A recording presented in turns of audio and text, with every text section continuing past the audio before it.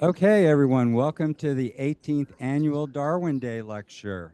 I'm Damon Wade. I'm director of the North Carolina Botanical Garden, and I want to welcome all you hardy souls who brave the wind, the darkness, to come here in person.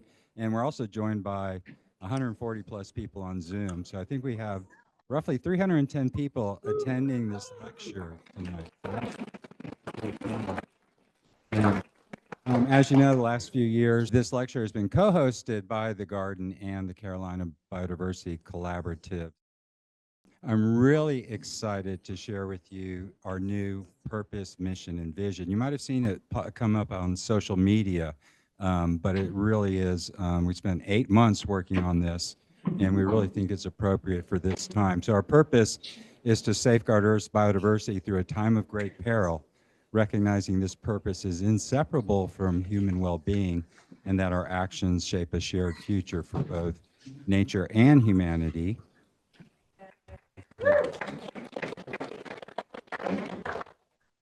And our mission is to cultivate connections between plants, people, and place through science, engagement, and conservation. And we feel if we go down that road, we'll get to a world where people appreciate diversity in all its forms and understand that plant biodiversity is essential to life on Earth. And we're using the D word, and we're going to stand up to it.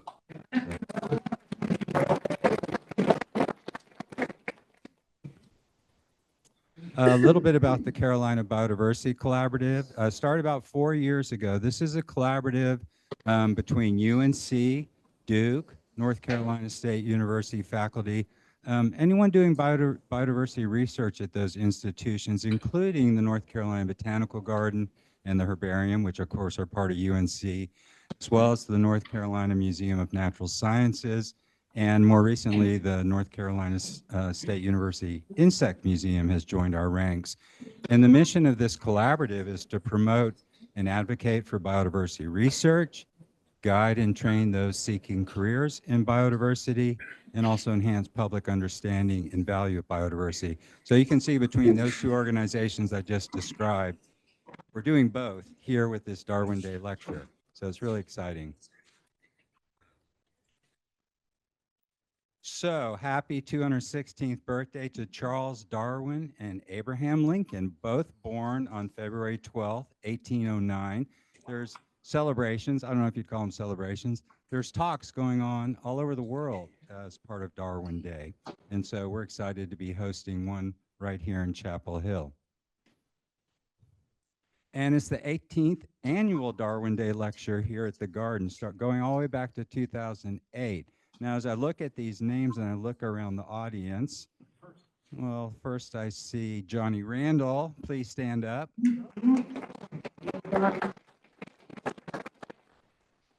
2017, and literally ran this Darwin Day lecture during his entire career here at the North Carolina Botanical Garden as Director of Conservation, now retired. And I see in disguise underneath a baseball cap over there, Dr. Paul Manos from Duke University.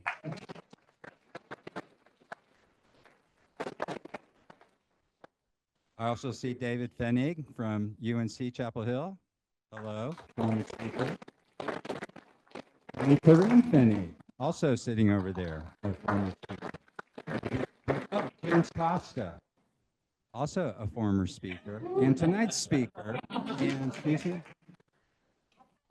Oh, Kathleen Donahue. Okay.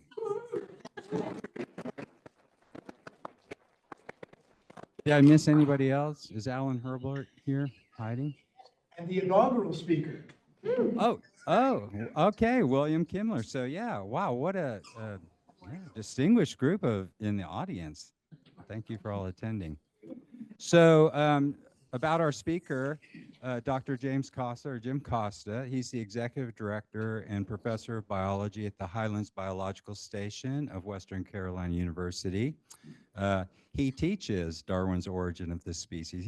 He's basically a Darwin scholar in so many ways, as well as teaching a class in Ecuador. So he's authored numerous papers, 10 books. Most recently, the book you're going to hear about tonight, Darwin and the Art of Botany. But another book, Radical by Nature, The Revolutionary Life of Alfred Russell Wallace. Everybody know who Alfred Russell Wallace was? Yeah, okay. Yeah. That won an Association of American Publishers Prose Award in the History of Science, Medicine, and Technology category. So um, Jim holds, well, he's been a trustee of the Charles Darwin Trust since 2016, and he's been awarded numerous research fellowships, and you can see all the various prestigious universities and botanical gardens that he's had research fellowships in. But I think one of the coolest honors that Jim has is the Alfred Russell Wallace Medal for outstanding contributions to Wallace scholarship, and also the Stephen Jay Gould Prize of the Society for the Study of Evolution. So please join me in welcoming Dr. James Costa. Thank you so much, Damon. Much appreciated. Yeah, well, wow. Well, first of all, thank you all for braving the elements tonight, coming and joining us. It's really such a pleasure to be back here. I guess that makes me a repeat offender. I don't know. I may be the only one on the list so far, but I'm deeply appreciative. I had kind of thought about, when was I here last? When did I have an opportunity to speak here? And you know, it was 2020, just five years ago, and I was. I have to apologize to any of you who were here then for that talk, because there is a little bit of overlap. There's some similarity. I was sort of enthusing about Darwin and botany. And you can tell that enthusiasm kind of led me down this path that culminated more recently in this fun project, this celebration of arts and sciences with my friend Bobbi Angell, who I wish could be here with us this evening and sort of co-present with me. So there is going to be a little bit of overlap, because I want to kind of give you a sense of the genesis of this book, the idea of this project, how it came about, but then also, and this will be especially useful for those of you who are not Darwin nerds like me, but maybe love your plants, you know, give you maybe a better sense of Darwin's love of plants and the role that they played in helping shape, you know, some of his deepest evolutionary insights, really foundational experiments and studies of all kinds in the botanical world that are foundational to not only evolutionary biology, but also modern ecology. So I'll touch on some of those. So yes, thanks, many thanks. It's always a great pleasure and honor to be back here, and also to see so many, you know, good friends here.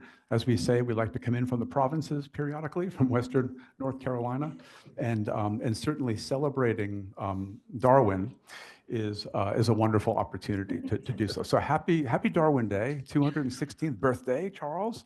Well done. Don't look a day over 102.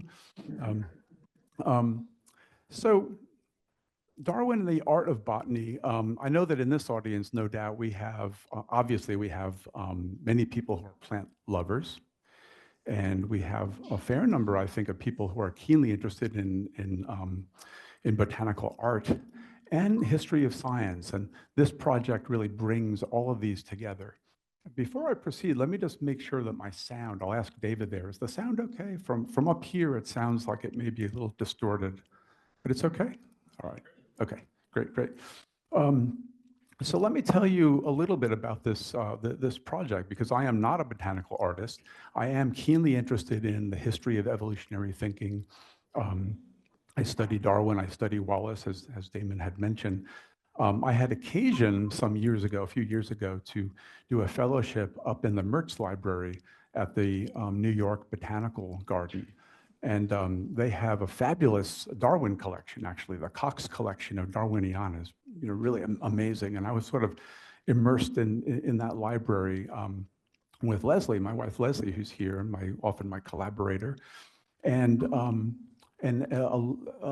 a botanical artist named Bobbi Angell had kind of showed up at my desk one day, and she was sort of toting a copy of one of my books. Of course, that gets one's attention, you know. Oh, you're interested in Darwin, you know. And more than that, she was interested in really combining her passion for botany and botanical art with an interest in Darwin's work on this subject. And so a sort of collaboration was born. She kind of pitched an idea, and I encouraged her to go for it, not quite realizing that she meant for me to do that with her. And we worked together. Well, it all kind of came together. Bobbi Angell and I. This was Darwin's Backyard, the book that kind of inspired Bobbi. It was a book that explores a lot of Darwin's experimental work. And and I'll say a little bit about this in a little bit, but Darwin's kind of curious kind of myriad of backyard experiments that he's often conducting with his children and other members of his family, and many of them are botanical in nature. And I think that Bobbi became quite interested in Darwin's botany, and also kind of struck by how plain and rather, I guess, objectively speaking, kind of unartistic maybe some of his botanical illustrations are. They're very utilitarian. And she had this idea of exploring Darwin's botany through the lens of beautiful botanical art. So kind of as I said, an arts and sciences merger. For those of you that may not have had an opportunity to learn about Bobbi Angell's work, I'd encourage you to check out her website. She's quite an amazing, a talented botanical artist and illustrator. She won I think it was the 2006 Jill Smithies Award in Botanical Art from the Linnean Society of London. She's really, I call her a scientific and botanical artist and illustrator extraordinaire. This is some of her work here, illustrating various papers and books. Here are some of the books that her illustrations appear in. She does some beautiful copper etchings as well. Really just, amazingly talented. And initially we sort of thought that perhaps Bobbi would illustrate this book, right? We would kind of illustrate Darwin's plants, Darwin's favorite plants. But she had something else in mind. What she had in mind was actually drawing upon historically significant artwork. And Bobbi had worked at or spent time studying in the library of the Oak Spring Garden Foundation in Upperville, Virginia. This is one of the most fabulous of botanical libraries, I think, worldwide. This is the library established by Rachel Lambert Bunny, as she went by, Mellon. Her husband was Paul Mellon. She had the resources to amass just an incredible botanical art collection and book collection. She was herself a very talented garden designer. And so her estate is now a nonprofit foundation dedicated to the study, the appreciation of botanical and horticultural history. So Bobbi had the idea that she pitched to Peter Crane. Peter is the president of the Oak Spring Garden Foundation. And Peter was very excited about this collaboration, this idea of our working together to sort of help a broader readership understand Darwin, but do that sort of illustrating his botanical work through the lens of beautiful, historically significant artwork. So we worked with Peter, who wrote the foreword to our book, with Tony Willis, the head librarian, who assisted Bobbi as she kind of curated the artwork. And this was no mean feat. We knew maybe what plants we might want to illustrate, right? Plants that Darwin had studied. But there's an embarrassment of riches when it comes to the collection of the Oak Spring Garden Foundation. You may want to illustrate primrose. But which of the maybe 100 fabulous paintings of primrose might you want to choose? For example, every plant of interest that we feature in this book, there were many candidates to choose from.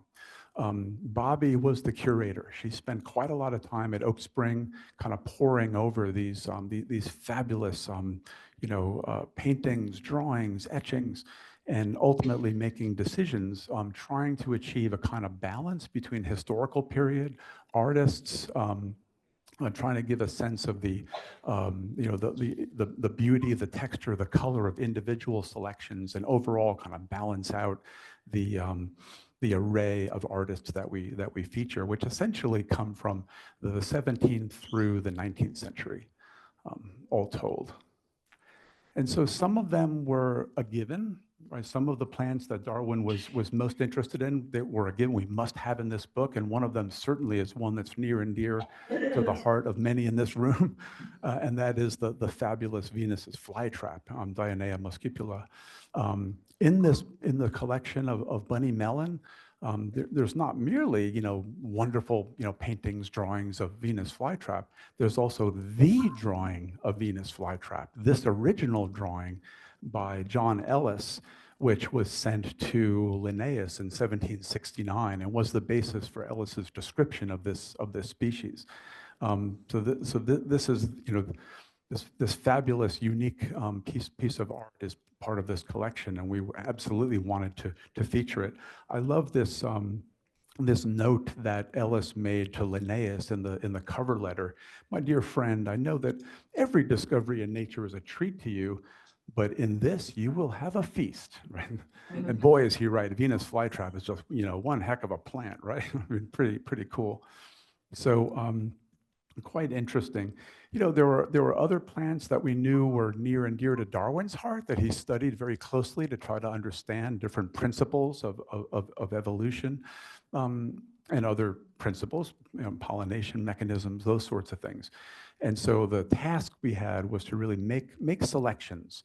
And I'll say a little something about some of these, but these are some of the beautiful artwork that we feature in the book, as we attempt to give the reader excerpts from Darwin with explanatory introductory information by myself. So this is the nature of our collaboration. Me as sort of scientist / science historian, Bobbi as the keen-eyed artist, helping make these selections and then putting them together. Oak Spring Garden Foundation kind of making their incredible collection available to us. So here are some of the artists that we feature, for example, like Johannes Witos, this fabulous collection, 263 vellum paintings bound in 3 books in the Oak Spring collection. And we selected this lovely Passiflora, for example, to illustrate. You've got, fascinating stories, fascinating figures like Elizabeth Blackwell, who is maybe most famous for A Curious Herbal. Maybe it's not widely known the circumstances under which Blackwell wrote this book. She was actually kind of doing these paintings and collaborating with her husband to produce this book in order to get him out of debtor's prison, which took about 3 years, but eventually he got out of prison. He still didn't come to a very good end, though. That's a whole other story. But that was the genesis of this fascinating book. Laboring over it for some years to try to get her husband out of debtor's prison. Here we have Eret, of course. Already famous, really, by the time he was approached by Banks. He served as the artist who's illustrating Banks's collection from Labrador and Newfoundland. Perhaps, the premier botanical artist of his age. Just incredible collection there in the Oak Spring Garden Foundation Library. The Wharton sisters, Elizabeth and Margaret Wharton, here in the collection are 4 volumes of botanical paintings, just exquisite, just huge, kind of, double, almost elephant folio size, beautiful books. And so we had opportunities to make selections there, like this nice lady slipper, for example. Dame Anne Hamilton's Primrose was one that we kind of gravitated to. This is an unbound set of 162 paintings. So as I said, an embarrassment of riches, just so much beautiful, gorgeous artwork that to choose from. And we were so fortunate to have the folks at Oak Spring work with us on this and make these available. And so in that time, while Bobbi was kind of laboring over, poring over these paintings and we're trying to decide, of the many hundreds of plants that Darwin studied, we knew we could only present a finite number. Which would be the most interesting, besides the givens like Venus flytrap? Then you have to make some decisions. If Darwin studied, 300 climbing plants, and you can only show 3 of them, let's say, on what basis do you make that decision? And so we began to think about, especially interesting plants that taught Darwin an awful lot. And And here I sort of segue into maybe giving you a better sense of where Darwin is coming from. Um, in my work, studying Darwin, I try to get to know Darwin as a person, as the human being, as a guy who loves nature, as a father, as a husband, as a friend, as a guy with a curious sense of humor and a real taste for kind of odd and out of the box thinking with his kind of experimental work, the kind of Darwin that does not come across from paintings like this one, portraits like this. Well, what you see is a rather serious and somber Darwin. And in fact, virtually all the portraits that you come across with Darwin, he's, very somber and serious, maybe even melancholy, you might say. And as I tried to really understand the human, I came to appreciate more and more that, this convention of portraiture of the 19th century, of whether it's the seriousness of an occasion of sitting for a painting or the technical necessity of sitting for a portrait photograph. Photography was such that you had to hold still for quite a long time, right, to get a good photograph. And so, holding a smile or, it just wasn't the convention. It wasn't the done thing. And all of these photos, these illustrations of not just Darwin, but many others of the period, they just come off as so serious and somber and melancholy. And I thought that's such a pity, because really this is a guy with quite a sense of humor, or really a quirky sense of humor, really interested in getting his hands dirty and running around in the woods and digging up the pond mud and doing experiments with his children and trying to figure out what makes nature tick. And so comments like this one from Darwin kind of begin to capture the real Darwin, the Darwin behind these portraits, right? The Darwin that says that he loves fool's experiments. He sort of in a half joking, kind of self-deprecating way, he calls his many little homespun experiments fool's experiments, because they seem so odd on the surface. They're such odd investigations. But I found it quite interesting. He knew, and we now know, that there was a very serious point behind them. He was beginning to look at the natural world with new eyes, right, in new ways, and ask questions about structure and function and all of these sorts of things that we maybe take for granted today in the biological sciences and ecology and evolution, but it was all very new at the time. So he loved fool's experiments, and he said in this interview, it's from an interview, I'm always making them, right? He's constantly making them. And in recent years, much of my work has been to try to help modern readers better understand why, like what was he doing and why in the world was he doing that, And, I am based at a biological field station over here in Highlands, North Carolina.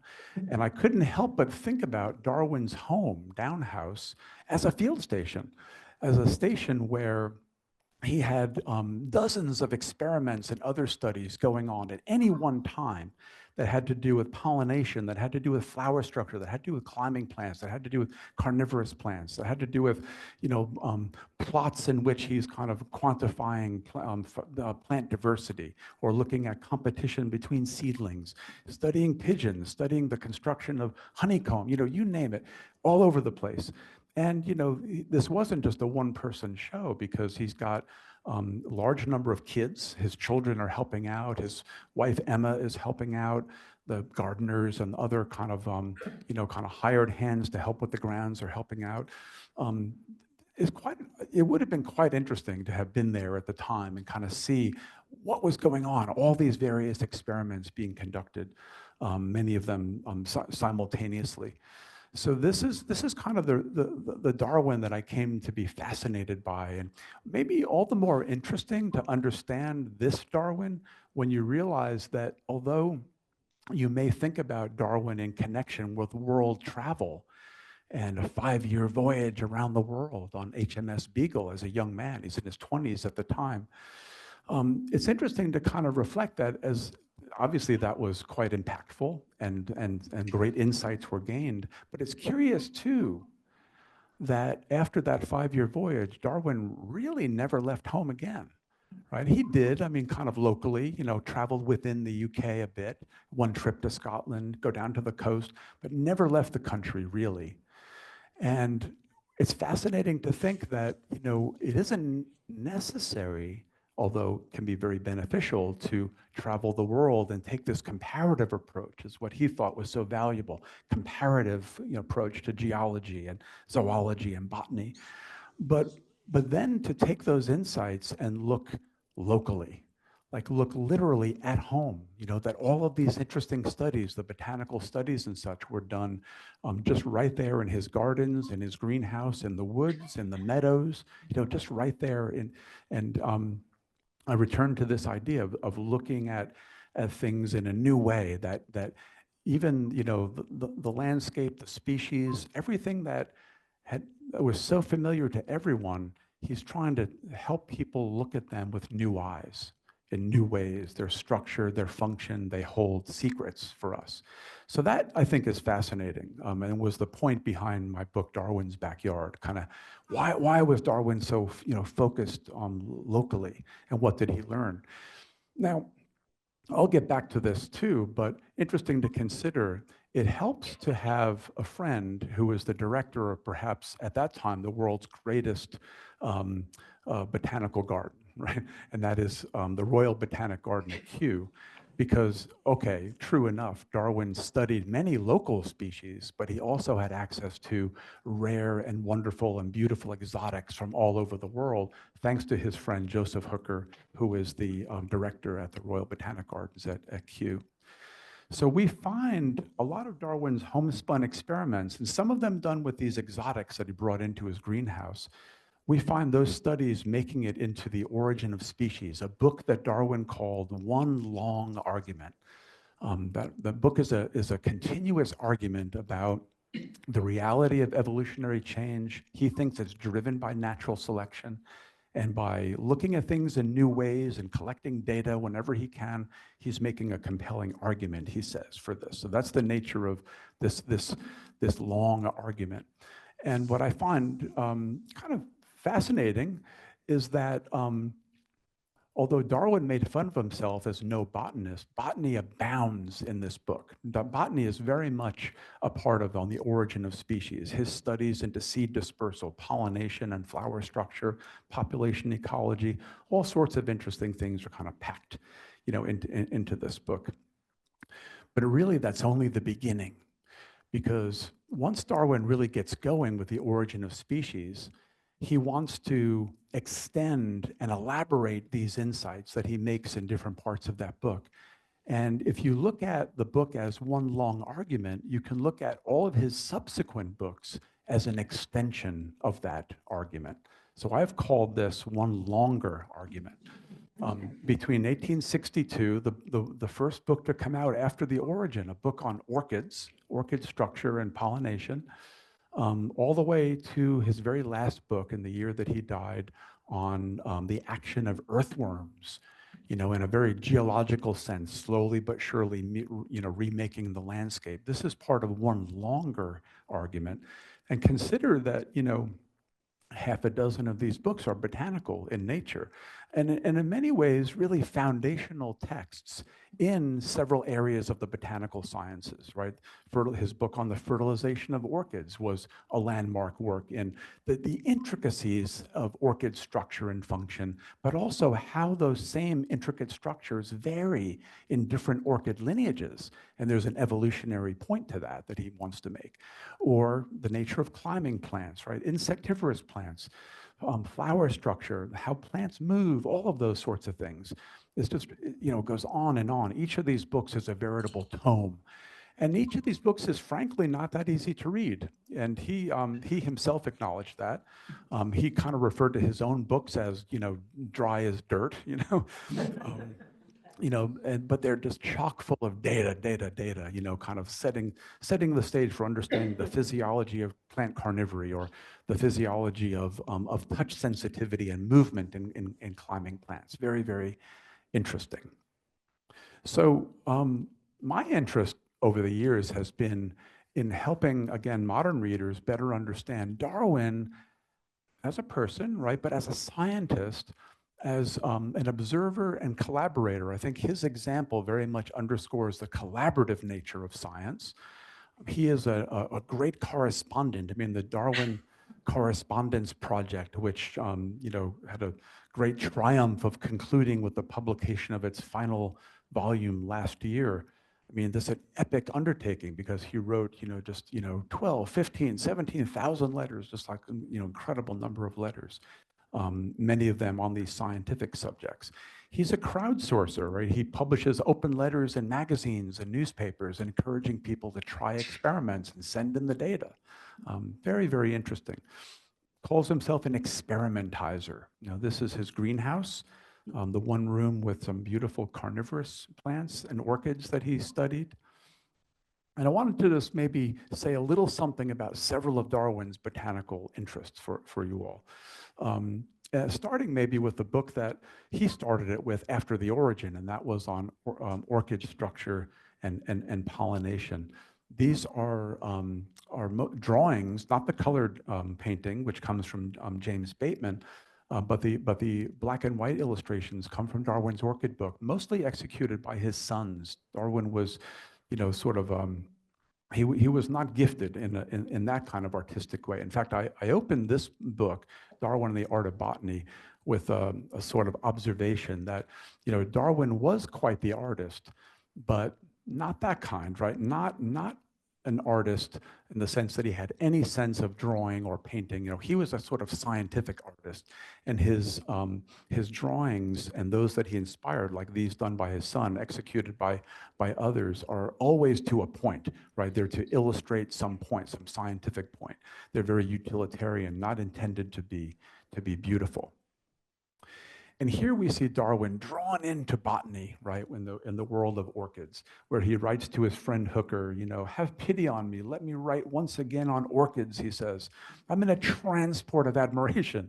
You've got to love that 19th century prose, right? A transport of admiration at the most simple contrivance, how I should so like you to admire. And then he laments, how I wish I was a botanist. So he spent untold hours, not just in his woodlands and meadows, the greenhouse, in a very special place near his home called Orchis Bank. The family called it Orchis Bank. It's more generally found on maps as Down Bank. But this was a place where wild native orchids abounded, and he would study them. His family would have picnics there, and really look at the way insects interact with orchids and how they often have a lock and key type of relationship. And you can see, for example, this beautiful burnet moth with the yellow pollinia on its proboscis, something that Darwin illustrated in his orchid book. He's quite interested in the way the little pollen packets adhere to the insect. They fit into the flower like a key into a lock, and then extract the pollen, and then they deliver it in a very precise place on another individual of that species. So he's fascinated by that kind of adaptation. And it was the nature of adaptation in orchids that kind of led to rather a deeper point that Darwin wanted to make with this book. One that he never explicitly talked about in the book itself so much, but he felt that there was a very serious point to be made that spoke to the overarching big picture arguments about the nature of design, right? Religious arguments about whether the adaptations we see were, really simply the work of a benevolent and wise creator, or could be the product of a natural evolutionary process, for example.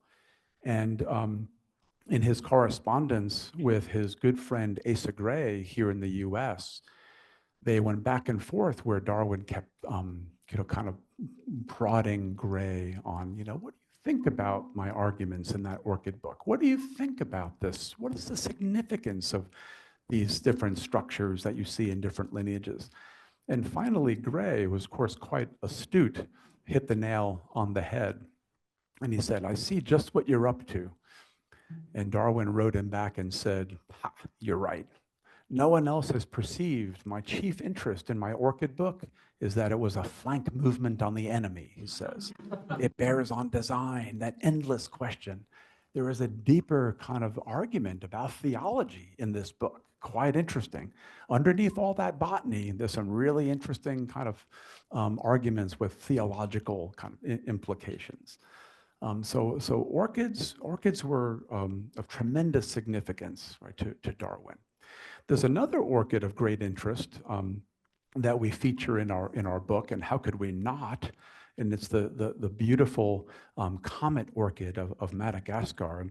And this was kind of the subject of an interesting sort of a speculation at the time. You know, this is an orchid with an extremely long nectar spur.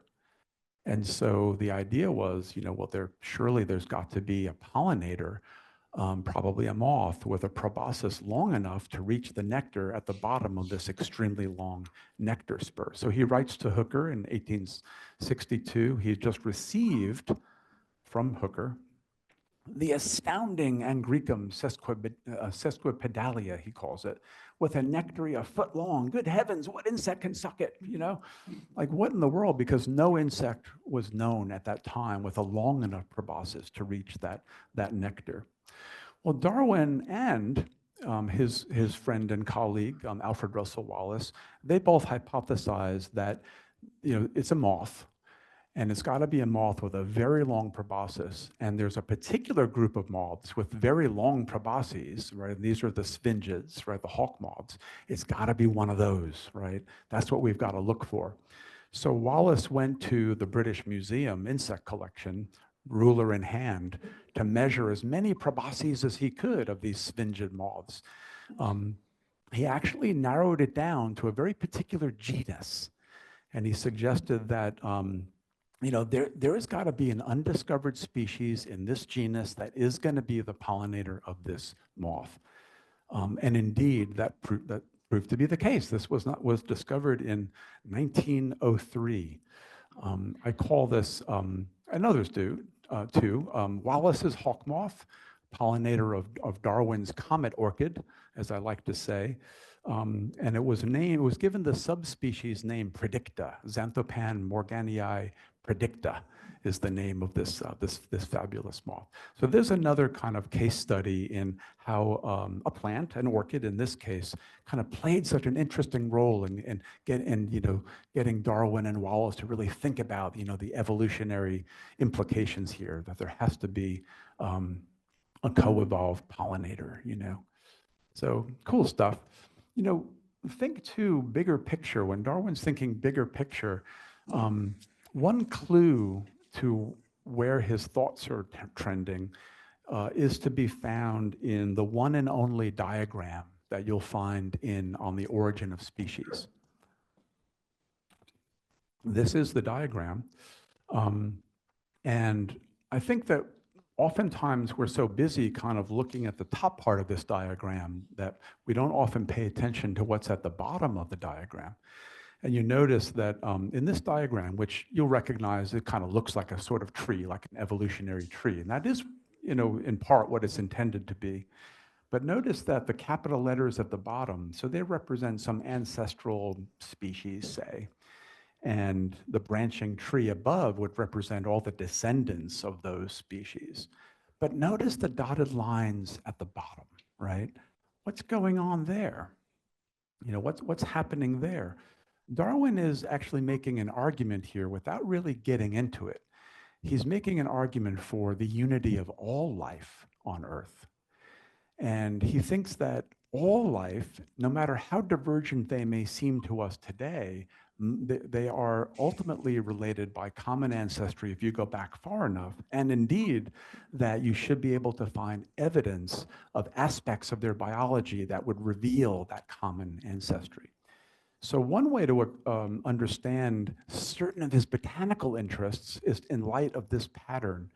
So for example, if you say, what about such divergent groups as animals and plants, you know, just to pick two, are you saying, you know, Mr. Darwin, that there is a common ancestor that you go back far enough. Animals and plants have a unitary ancestor, and that we should be able to see elements of both animals and plants in both of these lineages that are descendant. Yes, that's exactly what he's thinking. You should be able to find examples of plant-like animals and animal-like plants, right? That's where he's going with this. That is exactly his interest in climbing plants, right? Climbers, they represent, first of all, just like the orchids, lots of variations on a theme with the different ways that they climb. Some are tendril bearers, some are twiners, some are leaf climbers, and so on. But also, they have these animal-like qualities. Think about the movement of vines, the touch sensitivity of tendrils, right? Very animal-like qualities. And you can imagine that in the 19th century, what a mystery the nature of their sense perception must have been. How in the world did they sense the world? What is touch to them? Do they have a nervous system like we do? Maybe, or they thought they must have some kind of a nervous system. Well, Darwin's family had this one of these kind of patent indoor plant cases, this nice terrarium in the drawing room, full of like beautiful ornamentals, that Emma and some of his kids had planted. And then he realized, oh no, this is the perfect box that I need for experiments. He quickly commandeered it, and he he jettisoned all the ornamental stuff out of this plant case, and he turned it into a special little observation chamber for looking at climbing plants. So here you have climbers that are in pots, right? And he would have a reference point, affix a little kind of wax needle or a dot to the end of a growing tendril, and then have a fixed reference point, and then notice the tracings on the top of the glass. Use tracing paper to then follow the movement of those dots as the tendril or the growing tip of the climber is moving around. And in that way, he generated hundreds and hundreds and hundreds of these observations tracing the movement of the growing meristems, right? And whether it was the very tip of a twiner, whether it was a tendril. So this on the left is from Mia Allen's book from 1977 that shows very nicely how Darwin would look through the top of this glass case and do his ink tracings as he's kind of looking at the movement of that glass needle against the reference point of the stationary card.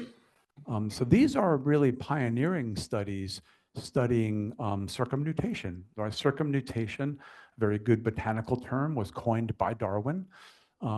And he came to believe and understand that all plants in their movement have a natural tendency to slowly kind of rotate, to move in ellipses or circles, and that this becomes highly elaborated and exaggerated in certain organs, like tendrils, for example, for the purpose of seeking out and then grabbing onto a support and helping the plant climb. At the same time, as I mentioned, these are also the climbing abilities of plants are a study in variations on an evolutionary theme. You have your spirally twining plants, you have your leaf climbers, your tendril bearers, your hook and root climbers. These are all subsections of Darwin's book on climbing plants, which is pretty cool. These are a couple of his drawings. Again, super simple, very basic drawings.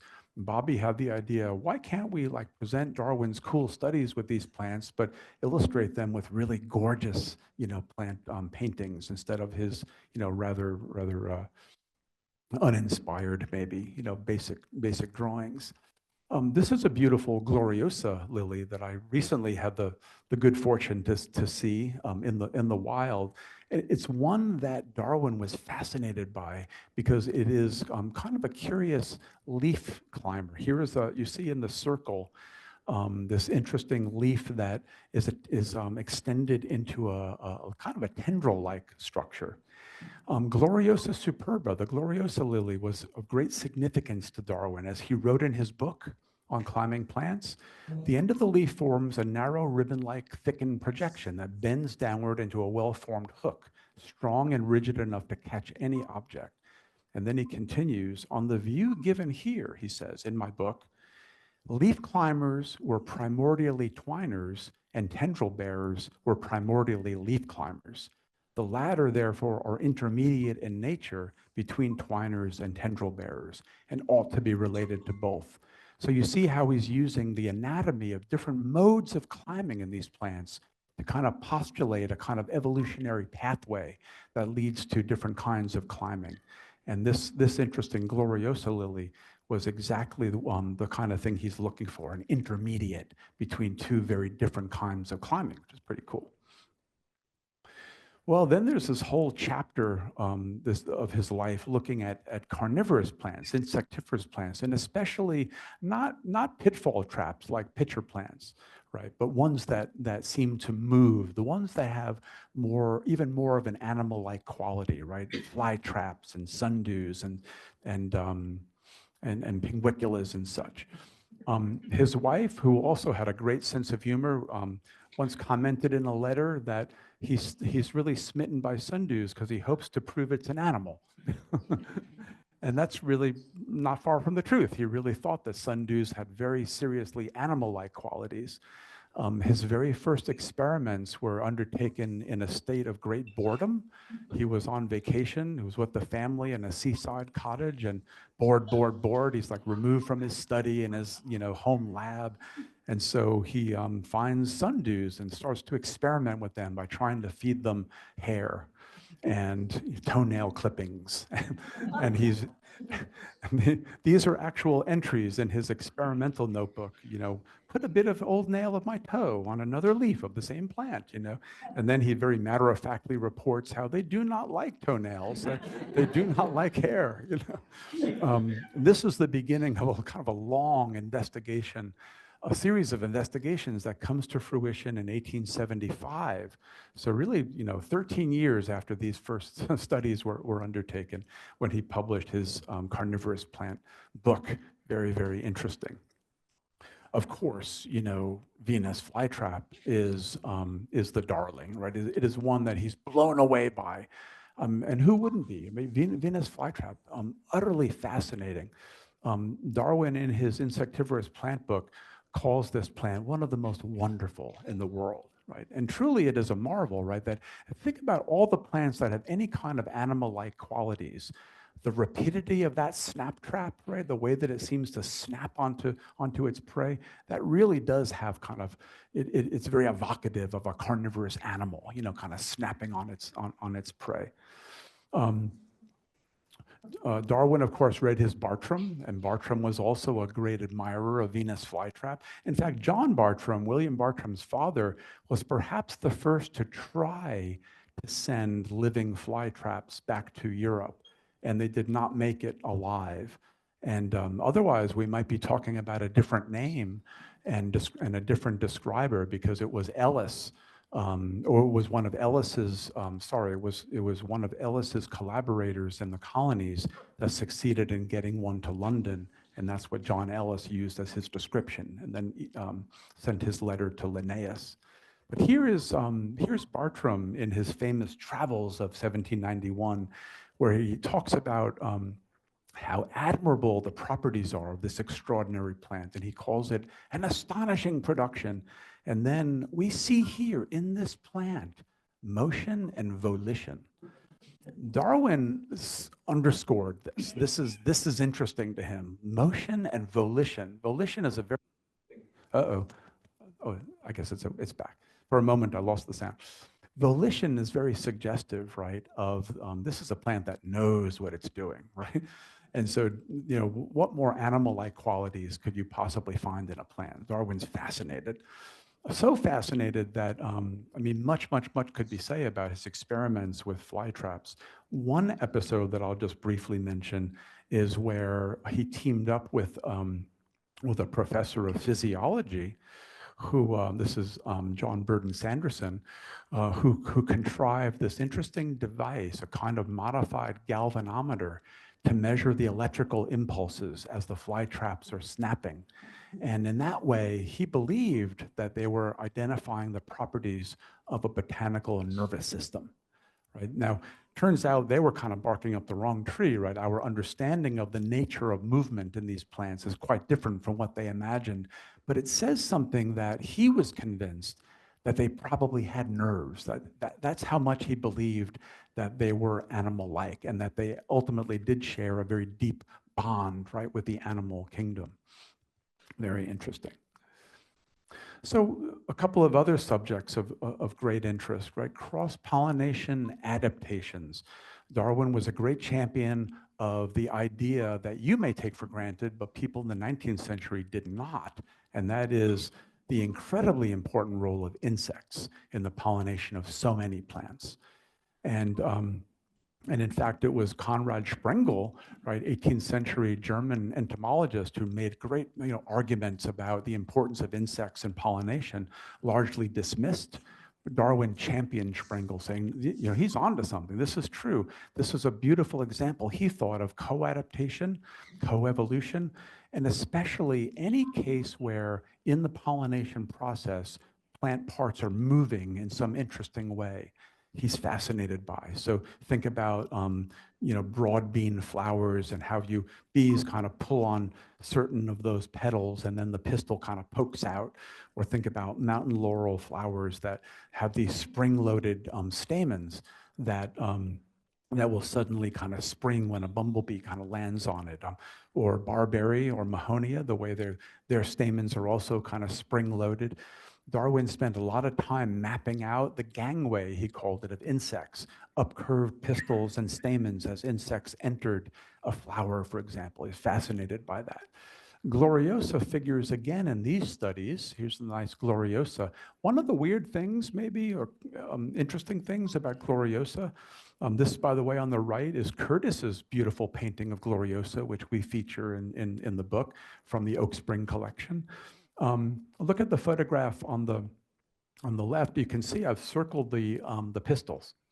And notice that it doesn't hang straight down. The pistil is oddly angled. It kind of comes out at a right angle to the ovary. And in fact, Darwin calls that the stigma grotesque and rectangularly bent, he says.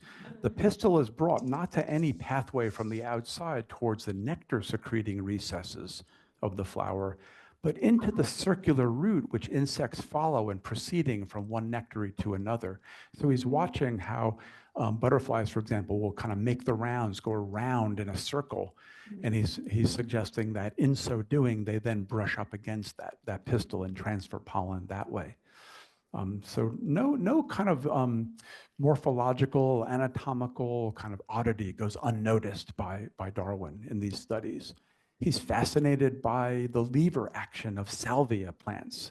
Salvias have these interesting fused stamens, and one of them functions as sort of no longer produces pollen, and it functions as a little lever where an insect pushing its way into the flower will push against it, and it will result in the attached stamen then dipping down and then dabbing pollen on the back of the insect that's going into the flower.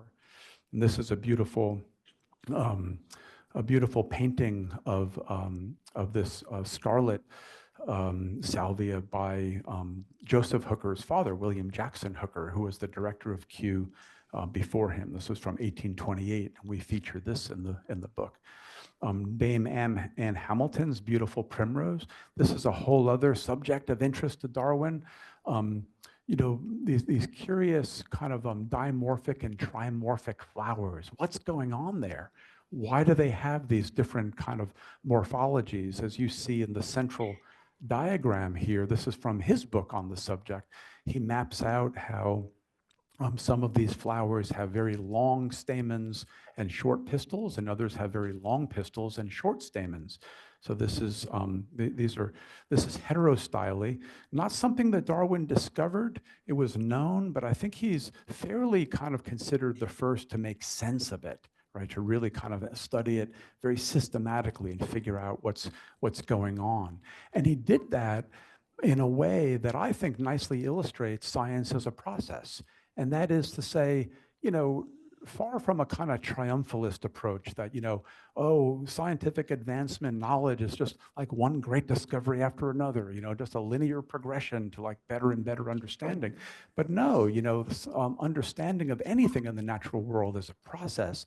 And sometimes there are dead ends, and sometimes there's, diversions, and sometimes you bark up the completely wrong tree. And that's exactly what happened with Darwin, trying to understand heterostyle in primroses and other species. Here you see a couple of photographs showing on the left, the morph with the very long pistil, right? And he called this the female morph because it has a very long pistil. And on the right, you see the morph with the very long stamens, and the pistil is very short. You can't see the pistil. The stamens are kind of poking out of the corolla tube. He called that the male morph because the stamens are longer.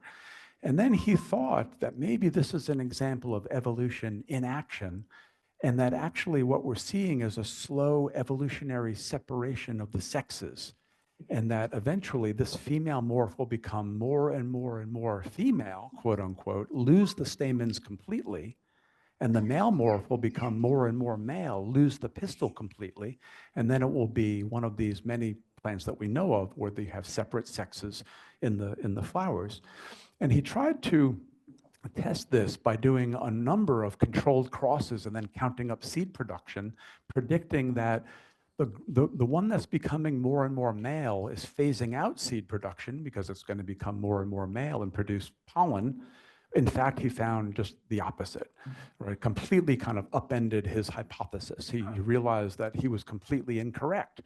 And this is what was characterized as a very nice case of the great tragedy of science as framed by Huxley. This is the slaying of a beautiful hypothesis by an ugly fact. But Darwin went back to the drawing board and he kind of, worked it out. And ultimately in his book, he made an argument that modern botanists, modern evolutionary biologists would accept today, which is that heterostyle is an adaptation to promote outcrossing between populations of a given species. Finally, we have Darwin's fascination by other kinds of plant movements, tropisms, right? The movement of growing shoots and such towards or away from light or gravity or touch. And he's fascinated by that and the circumstances in which there might be a positive attraction or a negative attraction. And he's mapping that out. This was Darwin's second to last book where he presented these studies on the movement of plants, this kind of epic tome. He's really fascinated by this, and much could be said. I'm only going to mention that in the process, Darwin often ended up sacrificing a great many plants. As he reveals, he was studying oxalis, and he was fascinated by, wondering why does oxalis kind of fold up its leaves at night? And he had a hypothesis that it was maybe an adaptation to safeguard against frost damage. So by radiative cooling, by folding up like a folded umbrella, it would lessen the danger of excessive cooling by radiative means. And so he and his son literally, they used little toothpicks to prop open the leaves and keep them from going down, and documenting and quantifying how many were killed by frost in that way. As he wrote to Hooker here, he proved, he said, the sleep of oxalis is to lessen injury to the leaves from radiation. This has interested me much and has cost us great labor, but we've killed or badly injured a multitude of plants. There were many, many, many casualties. Often when he would be offered plants from Kew or other correspondents, he would have to warn them, only lend it to me if you don't mind if it comes back in pieces, or not at all, And often they would say, well, maybe I have second thoughts. I really like that plant, So our fun arts and sciences collaboration is really intended to really celebrate both of these things, to celebrate this, the scientific artistry of Darwin, but also these fascinating plants that he studied, seen through the eyes of really remarkably talented botanical artists. And so you see here on the left a great many of the line drawings, simple diagrams that Darwin used. Of course, he used them to very good effect in his books, right? They're all to a point. They're very, I often call them very utilitarian, making a scientific point. What we wanted to do was maybe help the reader better sort of appreciate these plants in terms of their sheer beauty, as seen through the eyes of botanical artists. So on the left, Darwin's drawings. On the right, a small sampler of some of the botanical art that we feature in this book. In this way, yeah, we view this as a real celebration of both, and I think that resonates with many of you, and with much of the programming that happens here at the North Carolina Botanical Garden, with its vibrant and long-standing botanical art program. I think that any of you that have participated in that program can appreciate that there is a great artistry to science, as well as artistry in terms of beautiful representations of these fabulous plants.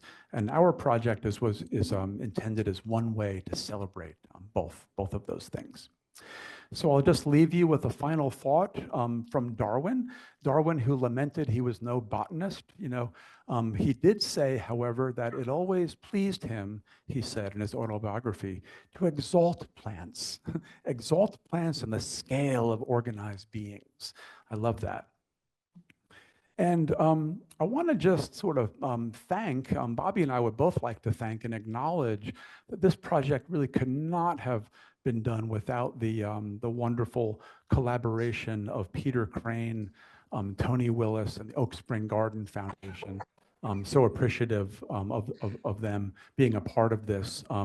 Our editors at Timber Press were wonderful. I say editors because we actually, this project took a while, and we kind of went through a couple of retirements, retired editors, and but I want to thank too my home university and my institution, WCU, Highlands Biological Station, my colleagues, making it possible for me to kind of, sort of revel in Darwiniana at times as they kind of keep things going there. And of course, my partner in all things, Leslie Costa, who is a great editor among other things, and was a tremendous help with this as well as other projects. So thank you all very, very much for your attention. This, by the way, is our dedication. We dedicate this book to botanists throughout the world who continue to study plants, and the artists who continue to draw them. And with that, I thank you.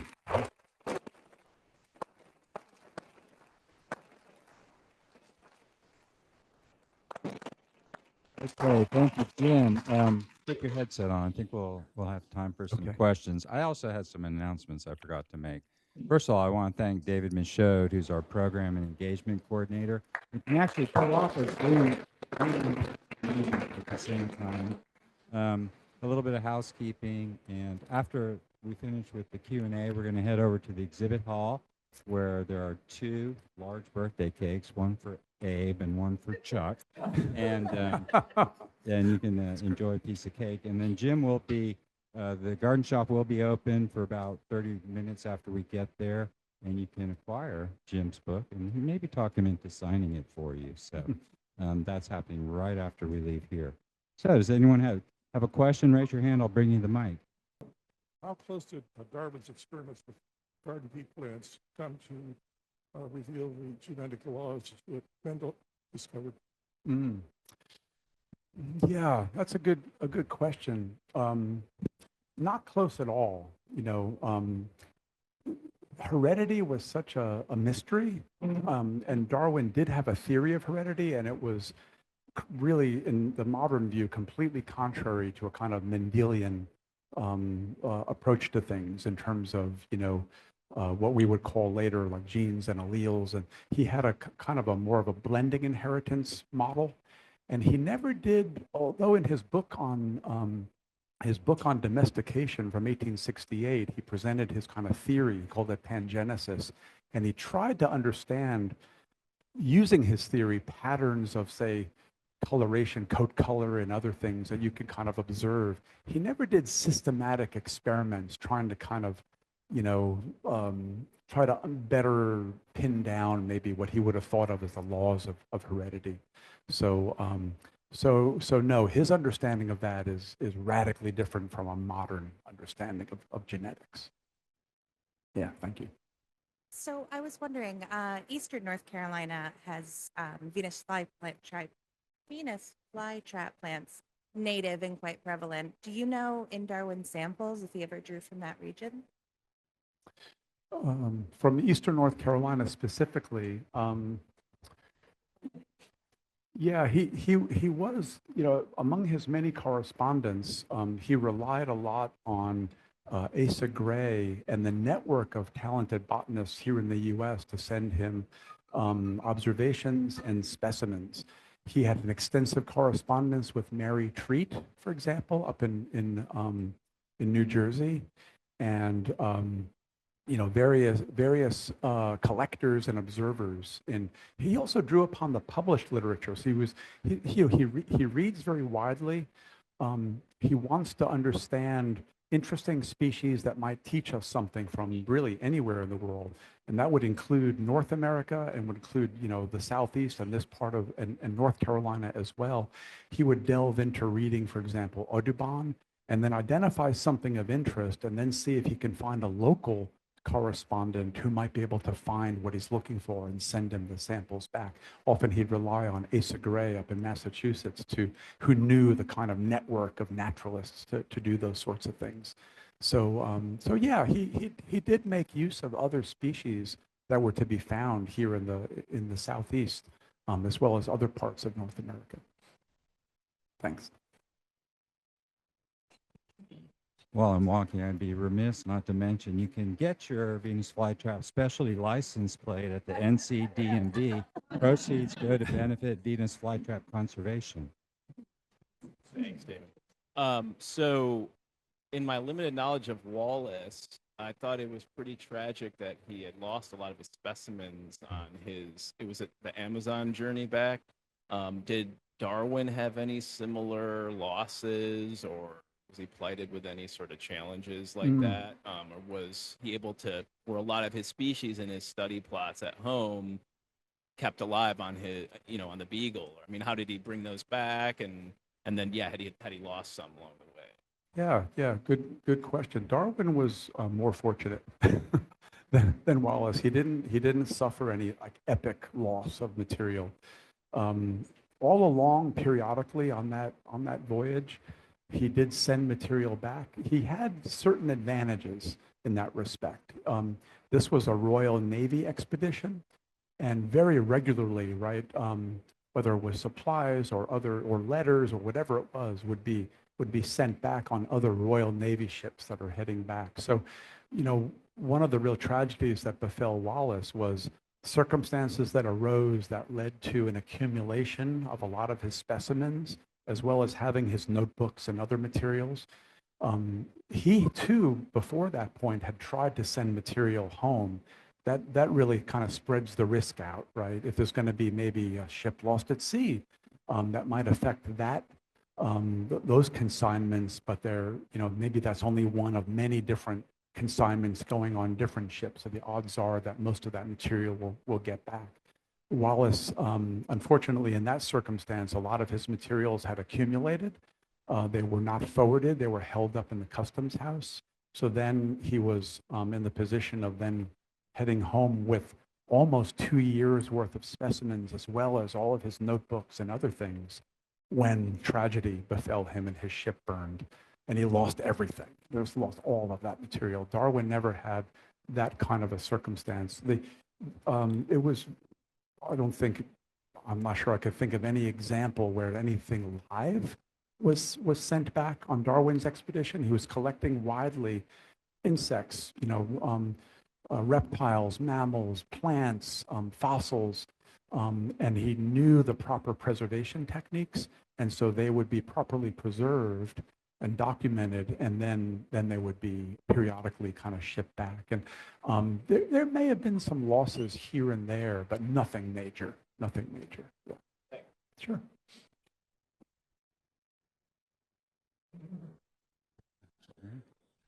think the people want their cake. Please give Jim another round of applause. Thank you.